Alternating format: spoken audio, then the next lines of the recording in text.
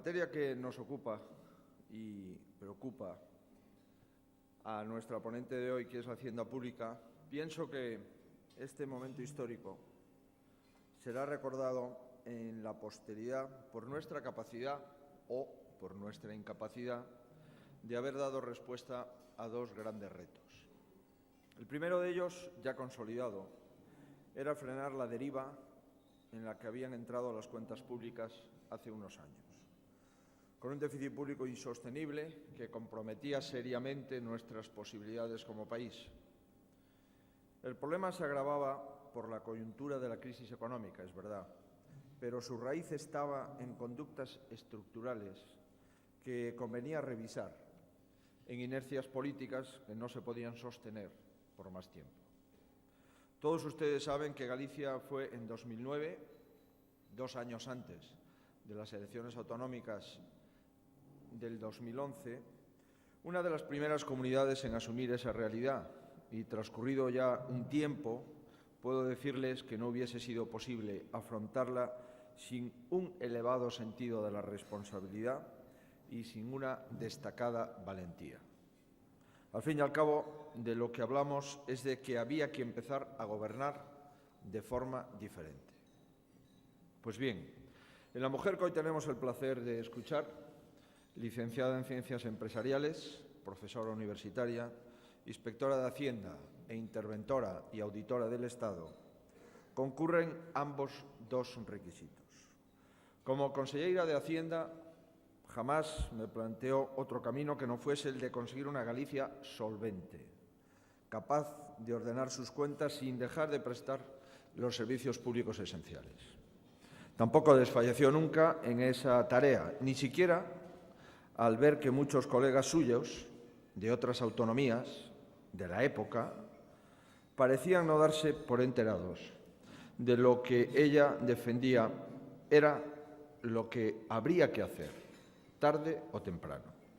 Porque, aunque hoy ningún gestor público responsable cuestiona que hay que buscar la máxima eficiencia, que antes de elaborar los presupuestos se fije un techo de gasto, o que la disciplina presupuestaria tiene que ser un código de conducta permanente, o que las administraciones tenemos una responsabilidad para cumplir con nuestros proveedores, hubo un tiempo en el que otros todavía pensaban que todo esto era superfluo o secundario.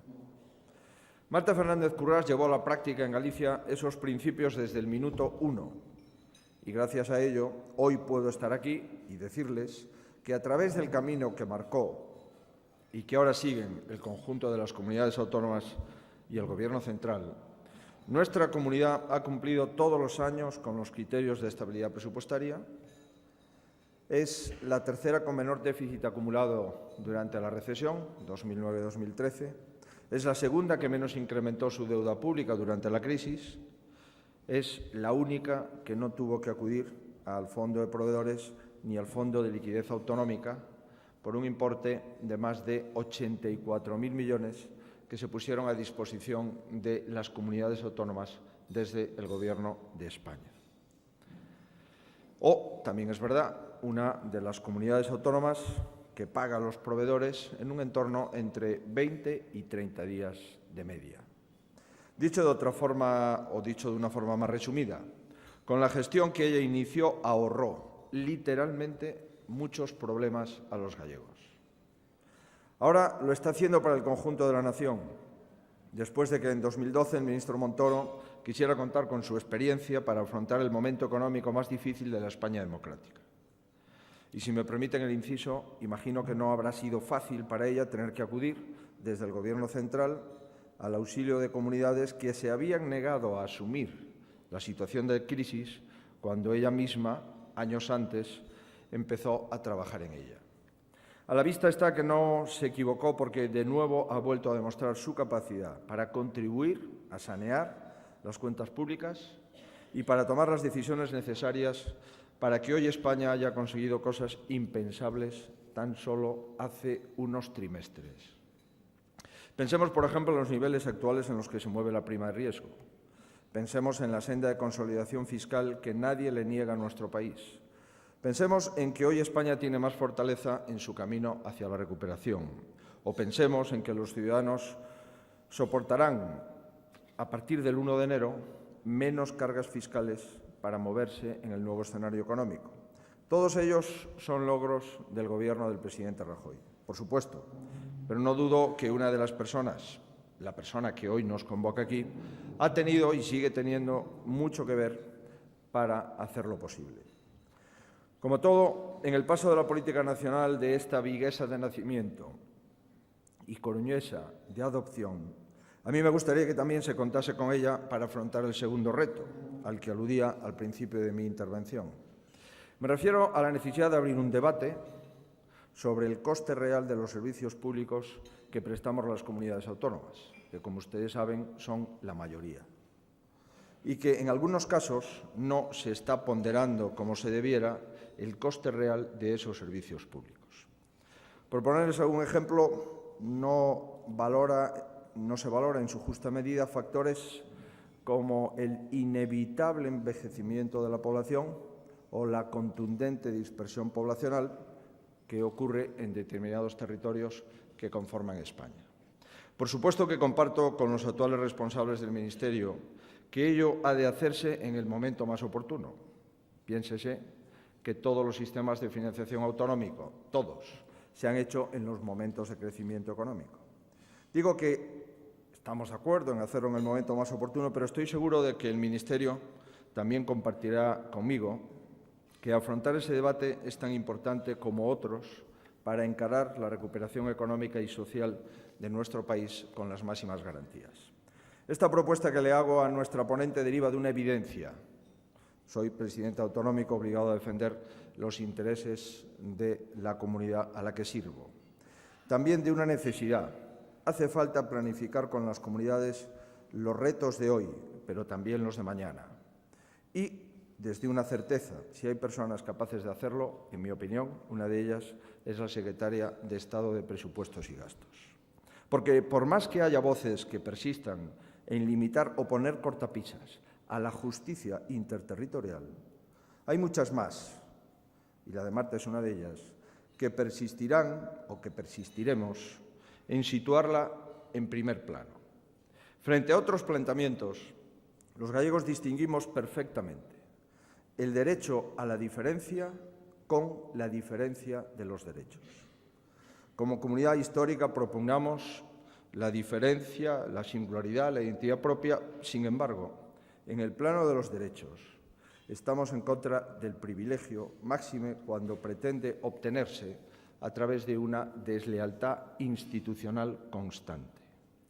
Porque sé que lo suscribe, para mí es un orgullo y también una tranquilidad saber que esta gallega está teniendo un papel fundamental en la actualidad económica de mi país. Amigas y amigos, muchos de ustedes pueden pensar que han venido a escuchar simplemente a una mujer que sabe de números, aunque ya es decir mucho. Pero sería injusto con la persona que nos convoca aquí.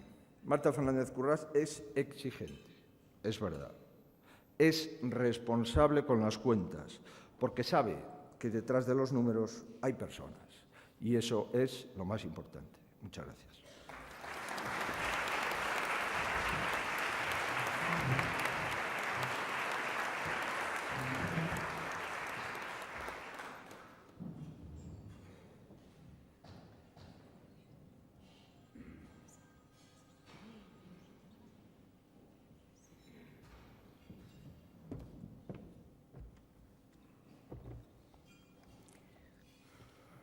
Buenos días a todos, queridos amigos. Gracias por estar hoy aquí. Mi agradecimiento a Economía Forum y a sus patrocinadores, a SISA, BT y Red Eléctrica, que lo hacen posible. Y, pues, ¿qué voy a decir, presidente? ¿Y ahora qué cuento yo a esta gente después de irte a hablar a ti? Pues vamos a ver. En el fondo, yo creo que esto forma parte de la amabilidad de la situación, porque les tengo que confesar que, en realidad, como consellera de Facenda siempre me decía, a los de Hacienda no se os entiende nada. Y el ministro Montoro lo repite continuamente. Y la verdad es que casi estoy por darles la razón, lo cual empieza a ser patológico. Y esto no me pone en otra situación que la de un atrevimiento de contarles hoy aquí algo, pero como se lo debo a nuestros anfitriones y a todos ustedes, pues sí que lo voy a intentar. Y, por supuesto, siendo la Secretaría de Estado de Presupuestos y Gastos, debo hablarles del presupuesto. Y debo hablarles del presupuesto del 2015, que es el que acabamos de hacer. Ahora bien, como el presupuesto va seguido de una importante estrategia de comunicación a todos los ciudadanos, porque en última instancia es la plasmación de la política económica del Gobierno, es uno de los pilares fundamentales de la política económica del Gobierno, pues creo que a estas alturas ya son conocidos de sobra sus cifras e incluso sus críticas. Y, por lo tanto, a mí sí me gustaría hablarles del fundamento de los presupuestos generales del Estado, un fundamento sin el que quizás no se puedan entender plenamente. Y para ello voy a tomar una imagen, y esa imagen es el toro. El toro que hemos cogido por los cuernos, efectivamente, pero el toro. Un toro, el español, que ha ilustrado y continúa ilustrando las portadas internacionales. Y voy a tomar como punto de referencia el semanario The Economist. The Economist ha publicado varias portadas en donde el pobre toro español, lejos de ser un potente toro de lidia, aparecía como un toro famélico, apuntillado a banderillas, herido de muerte, sangrando. Para mí, paradigmática, porque me causó un profundo dolor como española, fue la de 27 de julio del 2012. En aquella portada aparecía el toro, en las condiciones lamentables que describo, y encima de él la palabra Spain, pero con una peculiaridad. La S aparecía separada de pain, y la S caía sobre la cabeza del toro, como terminando de rematarlo. Y pain, ya sabemos qué significa dolor. En aquel momento de la crisis, la literatura anglosajona estaba realmente interesada en España y, como hemos conocido posteriormente y analiza el Real Instituto Elcano, la razón de aquello era que había un movimiento especulatorio contra el euro y, por lo tanto, el elemento preferido, el eslabón débil, era precisamente España. Lo cierto es que el toro ya venía iluminando o era motivo de las portadas de Economist desde el año 2008.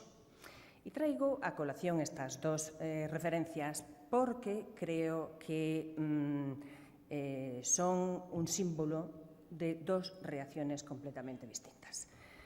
Desde luego, no recuerdo la primera reacción, no recuerdo la reacción del 2008 y seguramente no la recuerdo porque seguramente no la hubo.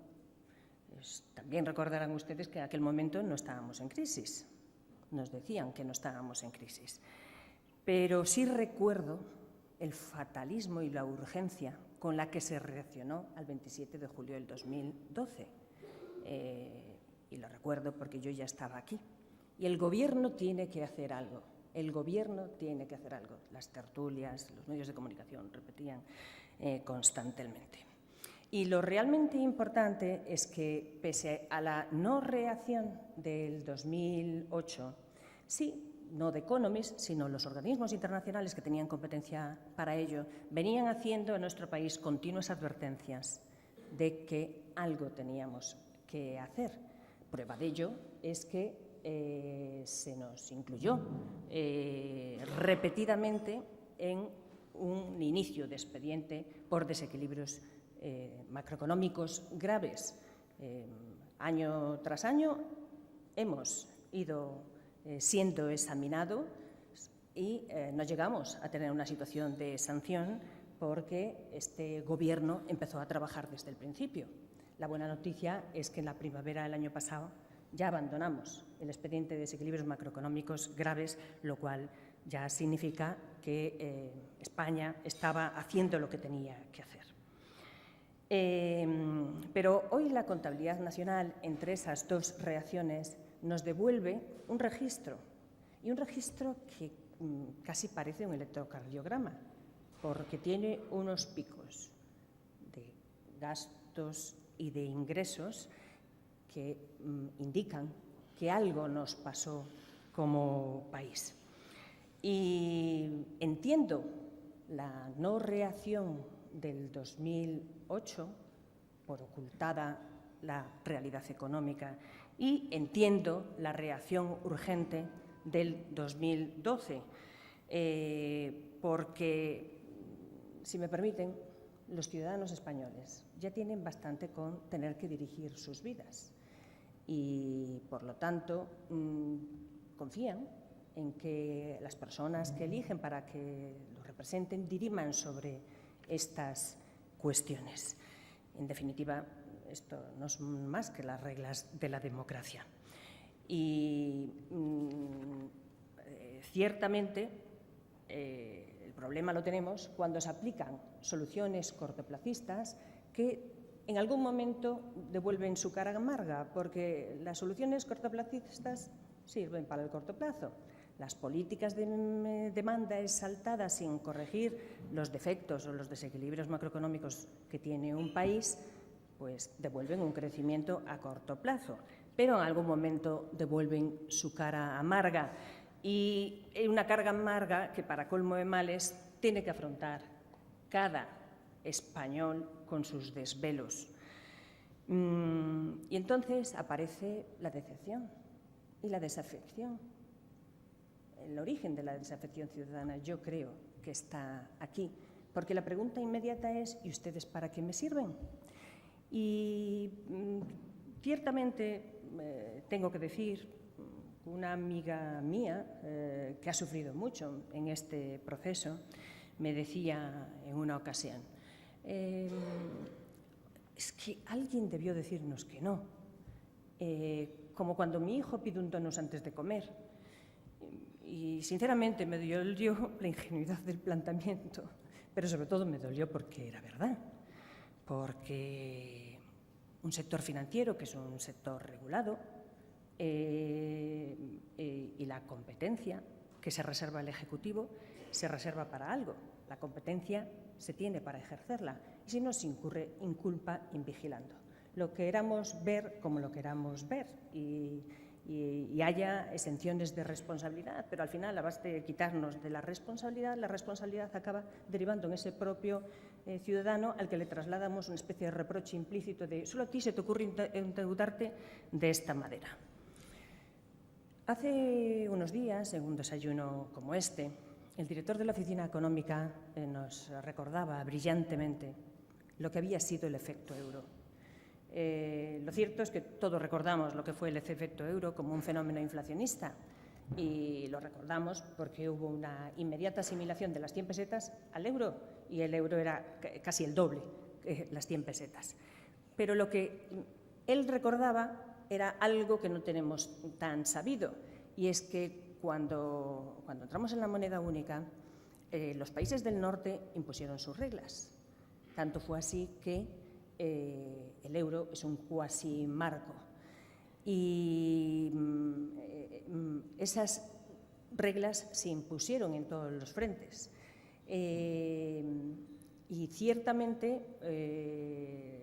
subrayaba que lo que parecía que no nos habíamos dado cuenta era los efectos de una política monetaria muy agresiva que llevó a cabo el Banco Central Europeo a partir fundamentalmente del 2003.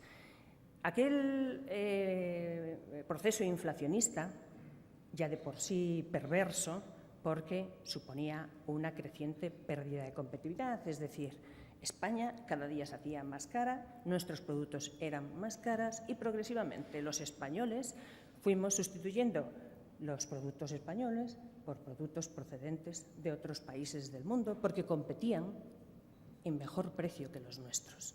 Y, por supuesto, no éramos capaces de exportar porque teníamos unos productos muy caros.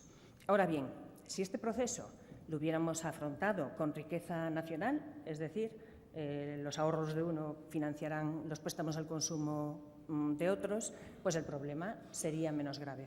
El problema está cuando aparece esa barra de liquidez en el 2003 con tipos de interés por debajo de la inflación. Y entonces la situación se hace grave y no la corregimos a tiempo. Y se hace grave porque empieza a despreciarse un concepto tradicional de la economía española, que era el ahorro. Es decir, el concepto de entrada para la adquisición de bienes duraderos empieza a resultar ridículo, porque mientras uno ahorraba para la entrada, todo corría mucho más deprisa. Y por si fuera poco, reaccionamos avivando el fuego.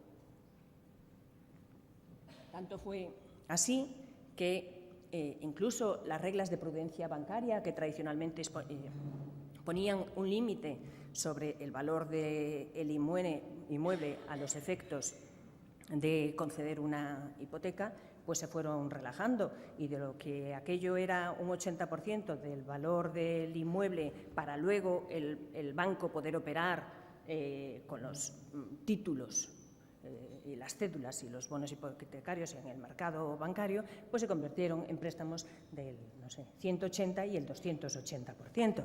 Y ciertamente estamos acostumbrados a oír hablar de burbuja inmobiliaria. Aquello fue una burbuja global porque ahí cabía todo. Tanto fue así que hasta los propios procedimientos administrativos se fueron acomodando a eso. Hubo campañas específicas de vivienda para controlar que la deducción en vivienda solo girarse sobre el auténtico valor de la vivienda y no sobre el préstamo al consumo.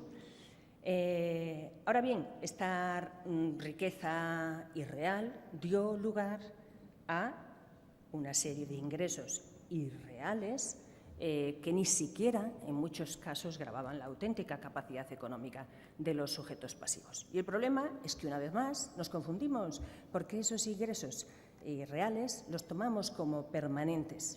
Y donde hay mucho, donde abunda una capacidad de gasto, pues se toman decisiones desacertadas. Y decisiones desacertadas fueron los famosos cheques regalo que todos conocemos. Decisiones desacertadas son, permítame que lo recuerde, porque esto sí que lo sufrí en primera persona y del otro lado, los 31.000 millones de euros que se transfirieron indebidamente a las administraciones territoriales y que llegaron sin ninguna advertencia de que eran 31.000 millones de euros utilizados como instrumento de política económica, como estímulo, porque así se pretendió en ese momento.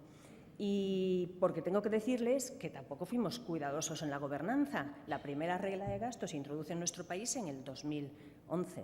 Por cierto, la primera ley de estabilidad presupuestaria se hizo en la Comunidad Autónoma de Galicia, Ley de Estabilidad Presupuestaria y Sostenibilidad Financiera, que es la que hoy tenemos también en nuestro país. Y tanto el Banco de España como, en su momento, en la defensa en el Parlamento gallego de esa ley, hicimos la simulación de lo que hubiera ocurrido si España tuviese una regla de gasto mucho tiempo atrás.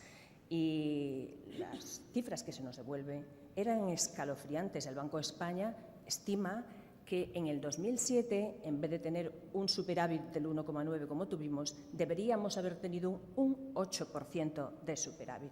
En Galicia, por supuesto, salían unas cifras similares, y por no tener esa regla de gasto, tengo que decirles que el efecto de esos 31.000 millones lanzados de más dio a que los gastos de personal, antes de que llegara el presidente Núñez Feijóo, crecían al ritmo del 9%, cuando teníamos crecimientos nominales, como comprenderán, muy inferiores.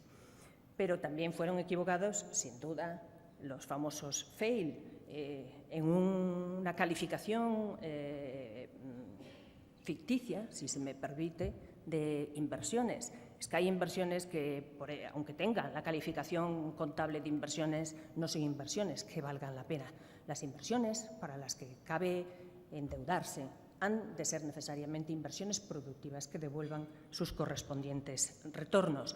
Pero ¿qué decir de los otros ciudadanos? Decir, las empresas, pues las empresas reaccionaron también a esa situación pues con la lógica financiera si nadie la corta.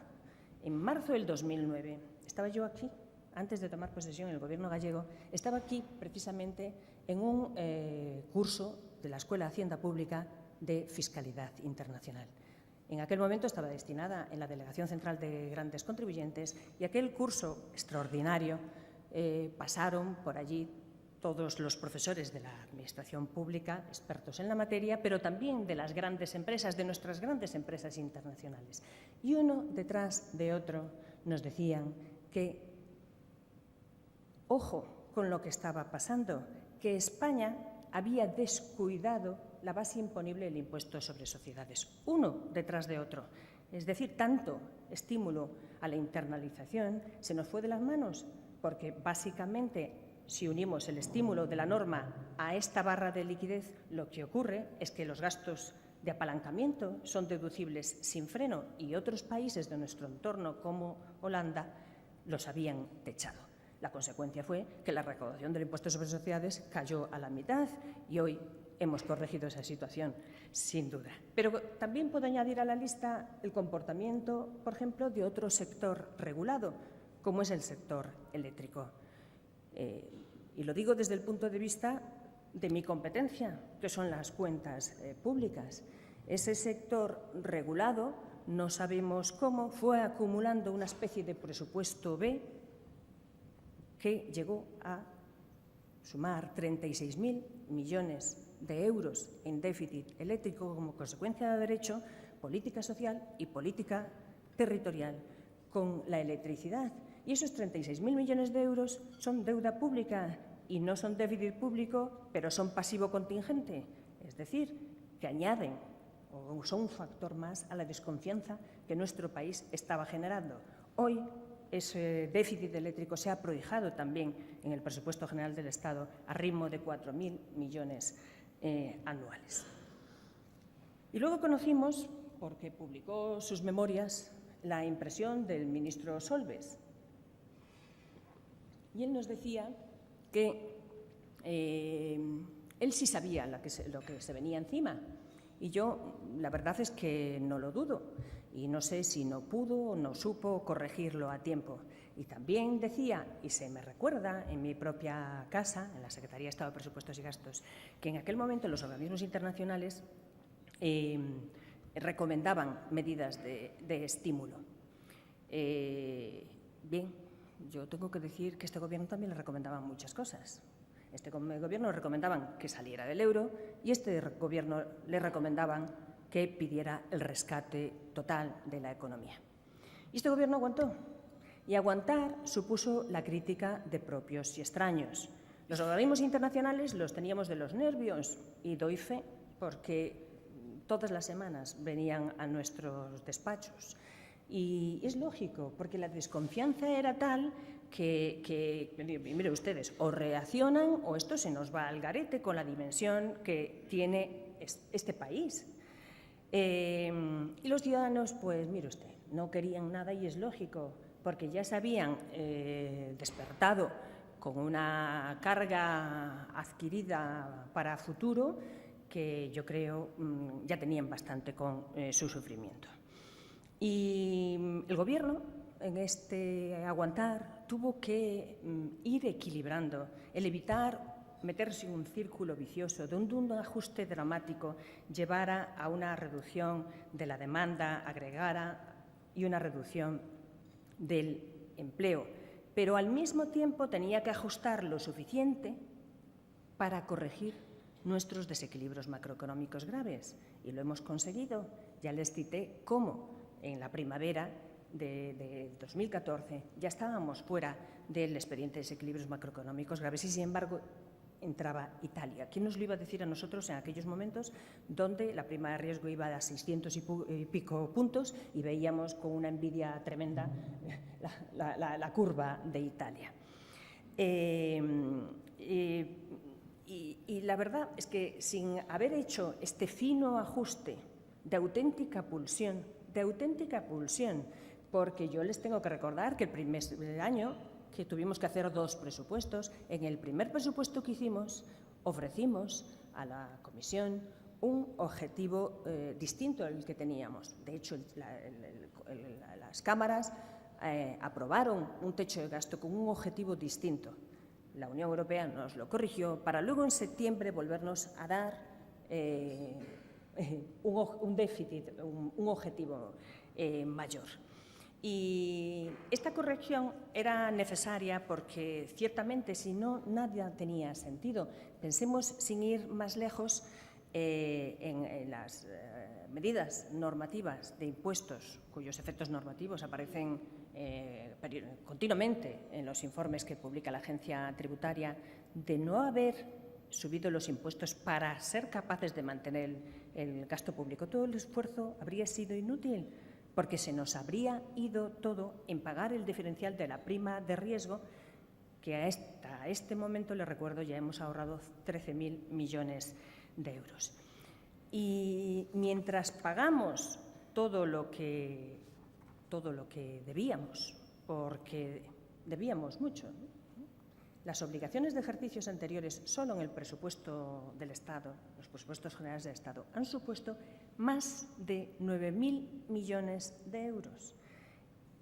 Y es tan costoso esto que lo hemos tenido que digerir en 3 presupuestos, porque 9.000 millones de euros es prácticamente el dinero que tienen los ministerios para gastar una vez descontado los gastos de personal. Nos ha costado 3 presupuestos digerir las obligaciones de ejercicios anteriores. El del 15, es el primer presupuesto que aparece sin obligaciones de ejercicios anteriores. Pero el Estado reaccionó en su conjunto, porque yo también viví, como decía el presidente, en la época en que éramos blancos contra negros. ¿El Estado cumple, las comunidades autónomas incumplidoras? Pues no, señor. Al Estado le corresponde la competencia de coordinador en última instancia. Y ahí hay 164.000 millones de euros apuntalando al que lo necesita, a los proveedores y a las comunidades autónomas, para inyectar liquidez a la economía y para reducir la morosidad. Todo ello, obligaciones de un Estado que se precie. Y hubo que subir los impuestos, sí, sin duda. Hubo que subir los impuestos y hubo que reducir el gasto público. 32.000 millones de euros en un solo ejercicio. Y lo tengo que decir altísimo. 32.000 millones de euros de conjunto en las administraciones públicas. Lo tengo que decir altísimo porque no lo ha hecho ningún país. Y en lo que se refiere al presupuesto del Estado, también les puedo contar la historia, porque ha sido reducir un 17% el gasto disponible de los ministerios, que lo dimensionamos en 34.000 millones. Hablamos de un 17% sobre esa magnitud exigua. El siguiente año fue un 9%. El presupuesto del 2014 fue una reducción del 4,7% y ya el del 15 es un menos 0,2%. Y cuando todo esto estuvo hecho, estuvimos en condiciones de presentar una reforma fiscal. Una reforma fiscal para apuntalar este logro, porque es una reforma dirigida a la creación de empleo, a la inversión, al aumento de renta disponible en manos de los sujetos pasivos, con objeto de estimular la demanda agregada. Pero también es una reforma que no olvida la equidad y es una reforma que necesitamos para hacer una política fiscal neutral. Y también se nos han sugerido otras reformas, lo sé. Se nos han sugerido las reformas de bajar las cotizaciones y subir el IVA. Pero ocurre que es que el IVA ya lo hemos subido y las cotizaciones las estamos apuntalando por otro camino, con la tarifa plana y hoy, en el presupuesto del 2015, con la iniciativa de empleo juvenil, que es un montón de dinero que tenemos que ejecutar en 2 años. Y al mismo tiempo estábamos haciendo las reformas estructurales que nuestro país necesita y por eso hoy devolvemos un país más competitivo. Un país que ha recuperado en estos 2 años y medio toda la pérdida de competitividad acumulada entre el 2000 y el 2008, pérdida de competitividad que se producía porque en esa dinámica de inflación, subida de costes al mismo nivel o superior que la inflación, esto se trasladaba en subida de precios. Y durante este periodo, mientras los precios en España subieron un 42%, en Alemania se quedaron en la mitad. Y en este proceso hemos incrementado las exportaciones. Y a mí me parece especialmente doloroso que después de todo este esfuerzo de competitividad y registros históricos sin precedentes se nos diga que España siempre ha reaccionado muy mal hoy, en esta misma línea, y que esto ocurre cuando España está en crisis y coge una cuota del exterior superior. Pues mire, yo recuerdo varias crisis en España y no recuerdo un registro de exportaciones del 34,1% como hemos cerrado en 2013. Y cuando se me dice que la calle no lo nota, pues a mí no me queda otro remedio que pensar en la calle completa. Y la calle completa está llena de gente muy necesitada, que son los parados, el gran problema que tiene España y el primer problema que tiene y afronta el Gobierno. Todos tenemos amigos y familiares parados, pero también tengo que pensar en los otros casi 17 millones de población activa, porque ahí también tengo muchos amigos y familiares. Y ahí también les he visto paralizados cuando empezaba la crisis en actitudes revisionistas, porque efectivamente todos podemos vivir con menos, sin duda, pero en realidad es una actitud de gente atenazada por el miedo y por la incertidumbre. No sabíamos lo que nos venía encima. Y entonces, cuando veo que esa parte no se convence, en primer lugar pienso que no siempre se confiesa lo que se hace, porque alguien lo nota, alguien lo nota. Alguien está pagando más impuestos, alguien está consumiendo más, si no, ¿de dónde salen las cifras de crecimiento que tenemos? Pero los que todavía no lo notan, sí, críticamente, pienso que hay una idea que no hemos transmitido con la suficiente intensidad. Y es la siguiente: no hay inflación y ya no hay burbuja. Por lo tanto, nuestro crecimiento en este momento tiene que ser distinto. Y el que no haya inflación sirve para explicar, y por eso hay que insistir en explicarlo, que ese patrón tradicional de principio de año me suben el salario tanto versus su congelación, pues no tiene por qué existir, porque tenemos IPCs negativos. Ayer conocimos el IPC actual y sigue en registros negativos.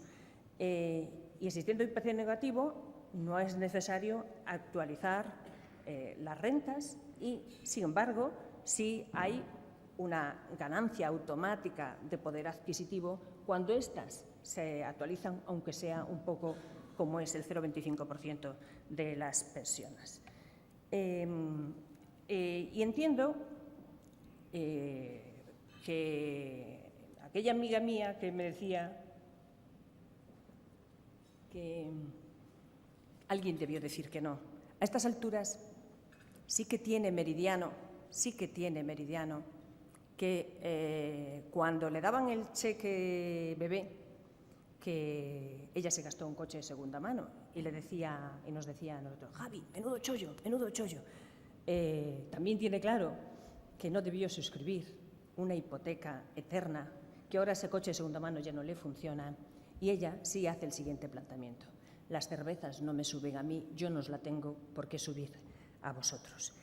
Y en este contexto llegan los presupuestos generales del Estado, precedidos del camino inverso, porque el toro se sigue utilizando en las portadas internacionales, en este caso La República, y se utiliza como ariete frente a los italianos. Aparece también nuestro toro de Osborne. Y los organismos internacionales no hacen más que piropearnos. Hemos conocido uno detrás de otro, el último de ellos, el análisis de la Troika con un tono claramente positivo. Y llega este presupuesto del 2015, que es un presupuesto desconcertante, porque el crecimiento se discute, pero se discute en décimas. En realidad, lo que preocupa no es nuestro crecimiento, sino el crecimiento de Europa. Todo baja y todo sube al mismo tiempo. Y, claro, esto solamente se puede entender porque realmente llevamos 2 años descañitándonos en cómo había una actitud reduccionista del gasto público. Y cuando el límite de gasto no financiero en los presupuestos, que son 129.000 millones de euros, se divide en 30 y tantos, solo es posible operar entre algunos de los 30 y tantos. Esos 30 y tantos son intereses, esos 30 y tantos son los gastos ineludibles de atención a los órganos constitucionales del Estado, clases pasivas e intereses, es el segundo 30 y tantos. El tercer 30 y tantos es las transferencias a la seguridad social y el último 30 y tantos es el gasto disponible en los ministerios. ¿Cuándo puede aumentar ese gasto discrecional disponible en manos de los ministerios? Pues cuando uno de los 30 y tantos, las transferencias a la seguridad social, disminuye. Y disminuye porque el año que viene muchos españoles, por importe de 4.000 millones de euros, no van a perder su empleo. Y esta es la razón por la que un presupuesto que incorpora una reforma fiscal, incorpora mecanismos de estímulo como es activar o accionar con toda su capacidad los fondos estructurales. Es un presupuesto que va a contribuir a consolidar la recuperación y lo consigue, además, aumentando la cuota de gasto social, incrementándola desde el 52,7% el año pasado al 54% de este. Y por ello es por lo que creo que en todo este proceso que está siendo validado por los organismos internacionales e incluso por la prensa internacional en el camino inverso que les he descrito, es por lo que cada uno de los españoles tiene una acción, un orgullo de pertenencia en este proyecto que España quiere, necesita y está consiguiendo. Muchas gracias.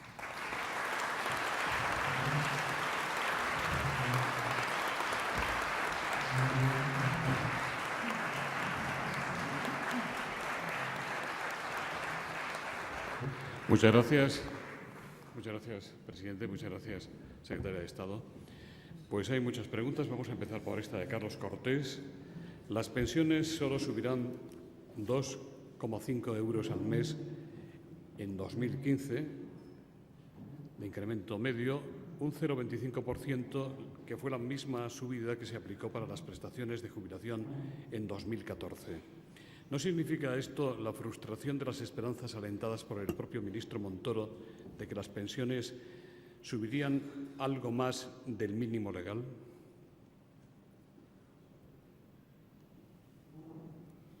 Bueno, vamos a ver. Una de las reformas estructurales capitales que hizo nuestro país es precisamente la del factor de sostenibilidad.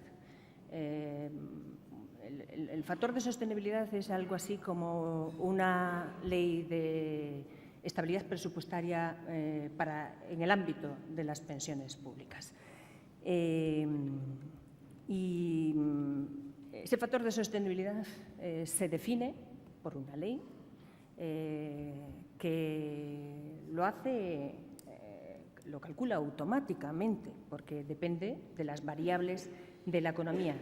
Eso sí, con la garantía de que la actualización ha de ser siempre, como mínimo, un 0,25%. Por lo tanto, las pensiones siempre se actualizan.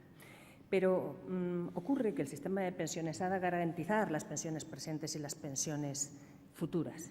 Y eso es lo que se garantiza con el factor de sostenibilidad. Como decía Mario Monti, la estabilidad es la garantía de protección de las generaciones futuras de los excesos del presente.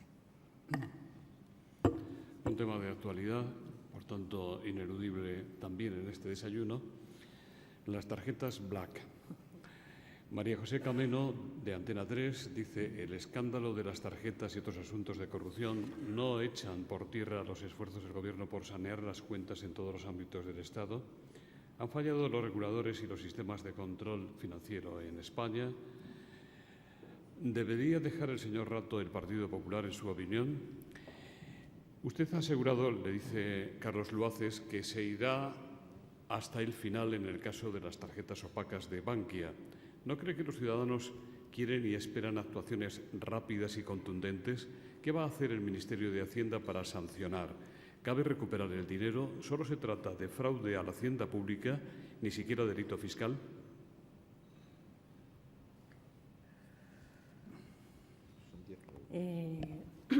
Bueno, vamos a ver. Las tarjetas Black. Las tarjetas de Black son despreciables, no puedo decirlo de otra forma, y lo dice una de Hacienda, pero no solo una de Hacienda, sino una persona que está convencida con el mandato del artículo 31 de la Constitución y que todos tenemos la obligación de contribuir al sostenimiento de los gastos públicos. Por lo tanto, no puedo pronunciarme de otro sentido y creo que toda mi vida profesional lo acredita. ¿Han fallado los controles? Pues mire usted, es que estamos delante de un, no me atrevo a calificarlo de delito, pero de una anomalía en el ámbito societario. Hay una contabilidad que no refleja la imagen fiel, por lo tanto, no es solo un problema de Hacienda, sino es un problema de mayor calado. Es sobre todo un problema ético de cada una de las personas que actuaban ahí. ¿Que seguiríamos hasta el final? Pues sin duda, en estas y en cualquier otra actitud similar que se demuestre. Ahora bien, respecto a si fallaron o no los controles, usted tiene que comprender que el cálculo de la comprobación de las bases imponibles cuando requiere el examen de la contabilidad corresponde únicamente a la Inspección de Hacienda, que es la que tiene competencia para ello. Ni siquiera otros departamentos, ni siquiera el Departamento de Gestión Tributaria tiene competencia para examinar la contabilidad. Y la Inspección de Hacienda puede llegar a un porcentaje determinado de contribuyentes. Toda la estrategia de la Agencia Tributaria se basa en el cumplimiento voluntario de las obligaciones, como hacemos la mayoría de los españoles. Tristemente, comprobamos día a día que eso no es así y, por lo tanto, ahí está la Inspección de Hacienda y la buena noticia es que esto se ha detectado y el Gobierno, a través del FROP, ha puesto blanco sobre negro para que esto se resuelva. Respecto a si es delito fiscal o no, como ustedes saben, esto es un delito fiscal. Opera cuando se supera una determinada cuantía y habrá que estar en cada casa para ver si existe o no delito fiscal. Sobre la eventual separación del PP del ex vicepresidente y expresidente de Bankia, señor Rato. Pues mire, ahí no me voy a pronunciar. Yo creo que esa es una cuestión que debe analizar el Partido Popular con sus códigos éticos y de conducta. Antonio Fernández le pregunta si casa lo de las tarjetas Black con que los funcionarios no vayan a cobrar nada más que el 25% de la extra. Bueno, a ver, es que no sé si tiene mucho que ver porque las tarjetas Black pertenecen a una institución privada. Es decir, las conductas que cada empresa o institución privada haga con sus empleados, pues es algo que desde los presupuestos generales del Estado no se puede controlar. Y a mí me parece que ese medio lamento del 25% de la recuperación de la paga extraordinaria, pues yo sinceramente lo celebro en un momento que, como he señalado, no hay inflación, pues la congelación salarial supone la garantía de mantener el mismo poder adquisitivo y, gracias a Dios, podemos recuperar el 25% de la paga extraordinaria porque, como saben, cuando se suprimió, se suspendió y se suspendió transitoriamente en tanto en cuanto la economía no alcanzaba unas tasas de crecimiento debidas que pudieran tener una situación presupuestaria que permitiese esta devolución. Pues la hemos alcanzado. Emilio Zurutuza, de la Fundación ADECO, le pregunta si es sostenible el alto nivel de deuda pública en los próximos años y también le preguntan si puede mantenerse el nivel de deuda por mucho que haya bajado la prima de riesgo. Bueno, la deuda pública evidentemente es una cuestión que nos preocupa. ¿Cómo no nos va a preocupar? Tenemos que relativizarla, sin duda. Es decir, los países de nuestro entorno tienen unas deudas públicas importantes. En este sentido, el protocolo, las condiciones de convergencia de tener una deuda pública del 60%, que fue lo que se nos exigió en el momento de entrada en el euro, pues ha quedado superada no solamente por España, sino por casi todos los países. Veamos, sin ir más lejos, la deuda de Italia. Y esto no es un mal de muchos, consuelo de tontos. No, nos preocupa.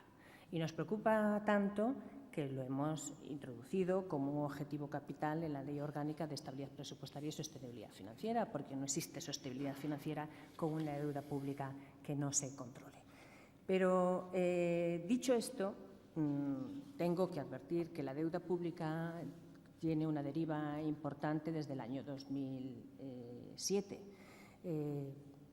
Sí, 600.000 millones de euros de deuda pública desde el 2007 hasta aquí. Tengo que decir que el 63% de ese importe corresponde a la gestión del Gobierno anterior. Esto lo que está significando es que básicamente la deuda pública nace por la financiación de los déficits excesivos.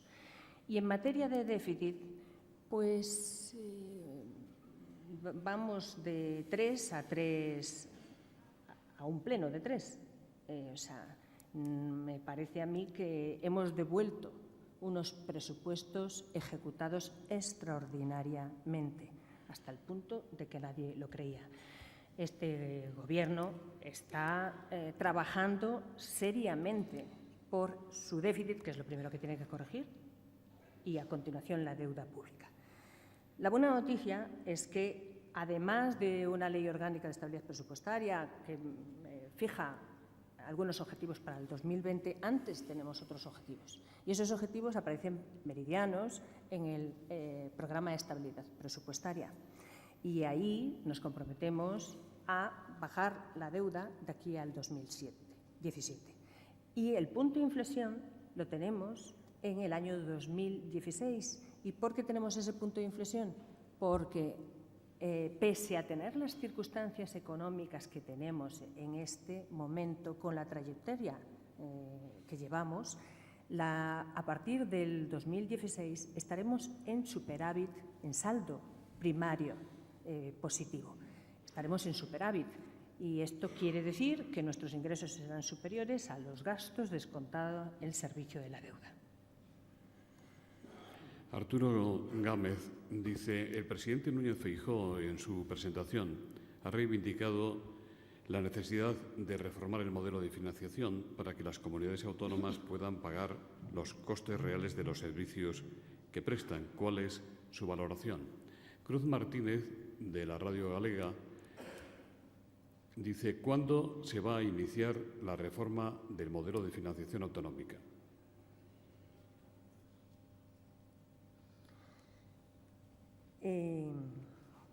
Bueno, pues ya han visto que de momento no. Esto ha analizado con profesión en el Consejo de Política Fiscal y Financiera. Vamos, que no hay Consejo de Política Fiscal y Financiera que no surja el tema, como ustedes comprenderán. Pero, desde luego, el Gobierno discrepa de que el modelo de financiación se extinga por mandato de la ley. El modelo de financiación, malo, por poco transparente, por incomprensible, por muchas razones, pero nació con vocación de permanencia. No es un modelo como los anteriores, que era de revisión quinquenal. Ahora bien, los modelos de financiación hay que abordarlos cuando se puede. Y en este momento que los análisis fueron paralelos precisamente a la reforma fiscal, porque en la reforma fiscal el informe del grupo de expertos, como ustedes saben, era mucho más amplio, afectaba el análisis de los tributos autonómicos y de las corporaciones locales. Pero el Gobierno estima que no se dan las circunstancias para proceder a esa revisión del sistema de financiación. ¿Cuándo lo abordaremos? Pues espero que cuando la economía ayude y también tengamos un poquito más de sensatez en algunas peticiones de algunas comunidades autónomas. La comunidad gallega siempre pide cosas muy sensatas. Sin duda, sí.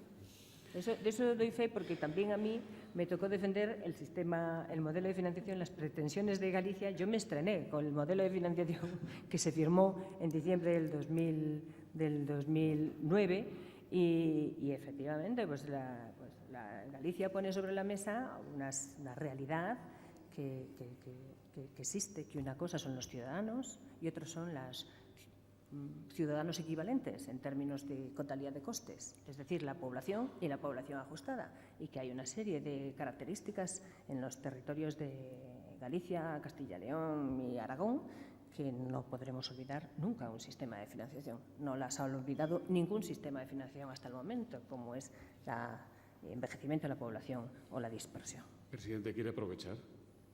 No es mi turno. Adolfo Favieres le pregunta, secretaria de Estado, ¿cuál es el mayor peligro que se cierne sobre las cuentas públicas españolas? Deuda pública, deflación, tasa eurodólar, estancamiento de la zona euro. Cruz Martínez dice, ¿se cumplirán las previsiones de crecimiento del Gobierno aunque la economía europea siga en una senda de recesión?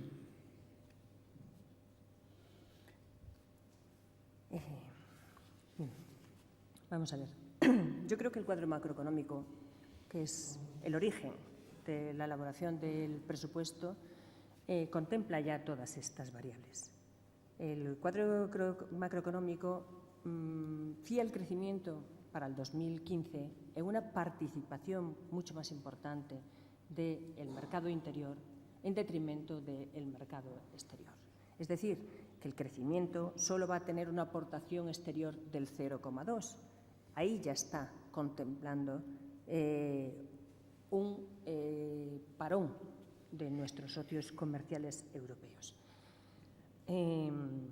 También es cierto que he oído expresiones catastróficas respecto a Europa. Sin ir más lejos, recientemente hemos oído al comisario Almunia que Europa está en el precipicio de la siguiente recesión. Y a mí me sorprenden esas afirmaciones porque al final nadie las escribe. Hemos conocido las previsiones del FMI, hemos conocido las previsiones del resto de los organismos internacionales y todos dicen que Europa el año que viene se va a comportar mejor de lo que cierre este año. También es cierto, y esa es la buena noticia, que todos aunan el convencimiento de que España va a tener un diferencial de crecimiento con la zona euro de aproximadamente 5 décimas. ¿Podemos estar así permanentemente? Pues no, evidentemente no. España no es una isla y además no quiere ser una isla. España es un socio en este momento VIP de la Unión Europea. Pero España ha hecho muchas cosas. Y esa es la razón para de la que podemos colegir que hay un colchón de resistencia. ¿De resistencia infinita? No. Pero yo también sé, y acabo de llegar de Milán, de la presidencia italiana, que esta Unión Europea no se va a quedar de brazos cruzados. Y ahí tenemos iniciativas pendientes de concretar, como son los 300.000 millones de Juncker, y ahí tenemos las diversas propuestas del Banco Central Europeo que incluso irán evolucionando, caso de que no funcionen en el nivel óptimo. Hablo de la posibilidad de que se compre deuda pública y se mutualice deuda pública. Estoy seguro que Europa y sus instituciones no se va a quedar parada porque no nos lo podemos permitir para el resto del mundo y porque España va a estar ahí apoyando y sirviendo además de ejemplo de cómo a Dios rogando y con el mazo dando, es decir, haciendo los deberes en casa. ¿Cómo están las deudas de las administraciones con los proveedores privados? Muchas empresas han tenido que cerrar como consecuencia de la falta de liquidez causada por las propias administraciones, pero muchas otras se han salvado por el plan de pago a proveedores. Bueno, pues las deudas con los proveedores, pues ya me está casi contestando usted. Este Gobierno ha hecho un esfuerzo sin precedentes en el saneamiento de la deuda comercial. Y lo ha hecho, hasta si se me permite, un poco cargándose en la mochila algo que no debería cargarse. Porque, como saben, la deuda pública pues no tiene una magnitud, tiene un protocolo de definición en el ámbito europeo. Hay una diferencia entre lo que es deuda pública y hay una diferencia entre lo que es deuda comercial. Los proveedores son deuda comercial y un mecanismo de financiación lícito. Y hay 164.000 millones que hemos metido en la deuda pública y no tenían por qué estar. Y recordarán ustedes cómo Italia, sin ir más lejos, pretendió que sus proveedores quedaran fuera del protocolo de procedimiento de déficit excesivo, porque quería un resultado similar al que obtuvo España.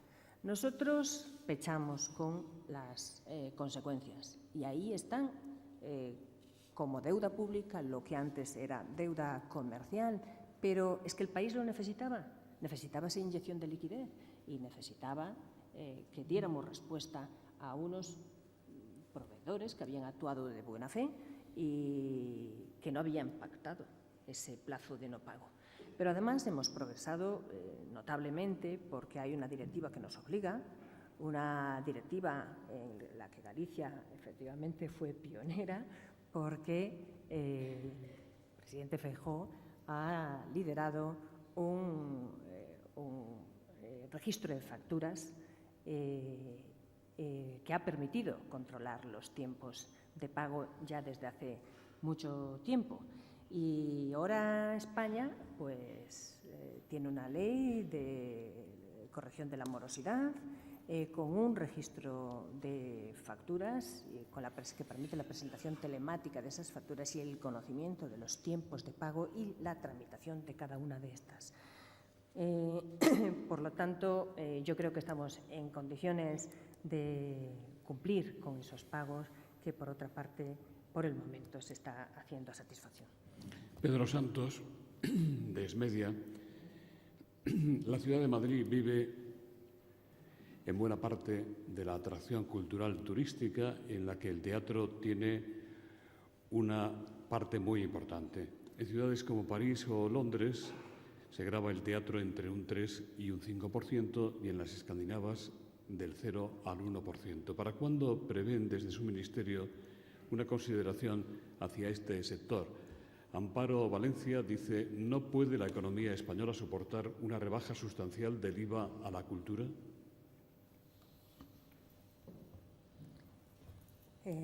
Mire, el IVA no lo vamos a subir. Tampoco lo vamos a bajar. Ni siquiera en la cultura. El impulso de la cultura viene a través de las políticas de gasto. La política de cultura está creciendo en 4,5. Pero además, a través de la ley de mecenazgo, que incorpora la reforma fiscal. Creo que con ello he respondido. Le preguntan si sabe ya usted qué disposiciones transitorias y adicionales van a incluirse en la Ley de Presupuestos Generales del Estado.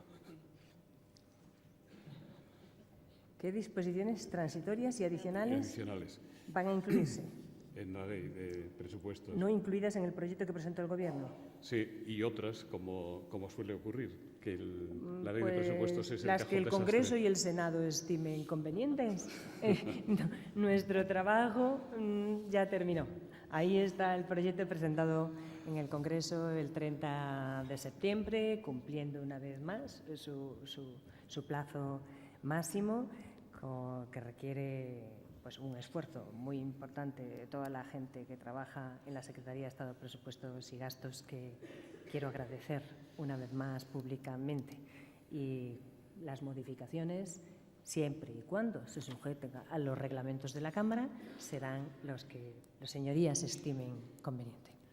Luis Enrique Ramos, de Televisión de Galicia, dice: una declaración unilateral de independencia en Cataluña tendría para esa comunidad autónoma unos 5.000 millones de euros al mes, según algunos cálculos. ¿Cuánto supondría para el resto de España?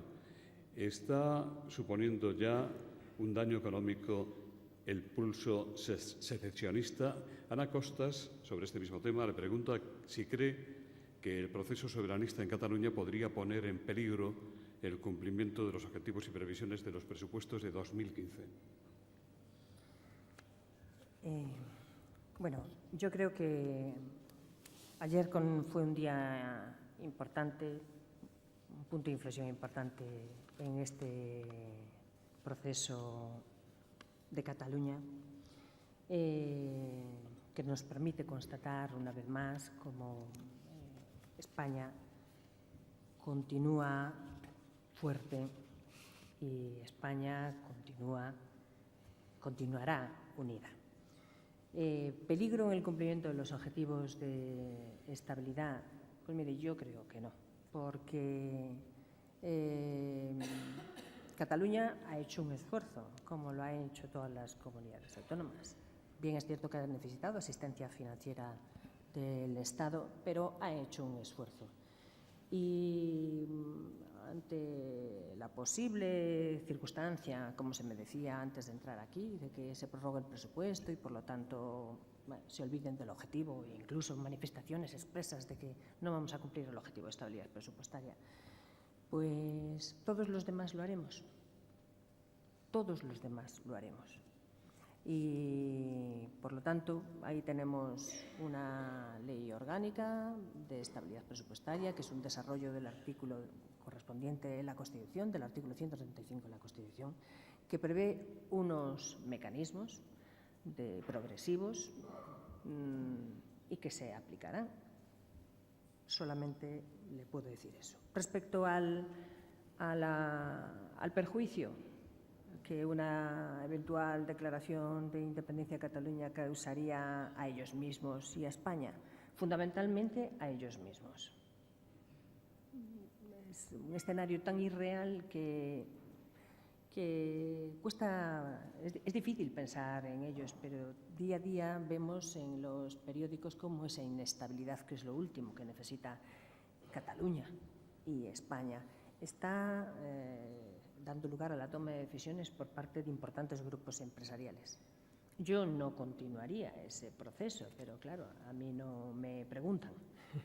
Sin duda no me preguntan. Es malo para Cataluña y es malo para España. Y espero que se solucione debidamente a corto plazo. En nombre de Asisa, Red Eléctrica y BT, quienes hacen posible este foro, Rosa Ronda, de esta última compañía, va a despedir el acto. Buenos días a todos. En primer lugar, agradecer a doña Marta, a don Alberto, que nos hayan acompañado en este desayuno. Creo que son encuentros realmente enriquecedores, no solo por la talla de los ponentes, sino también de los asistentes. Y simplemente decirles que nos sigan acompañando en próximos desayunos que José Luis, pues la verdad, organiza estupendamente y creo que merece la pena asistir. Muchas gracias a todos.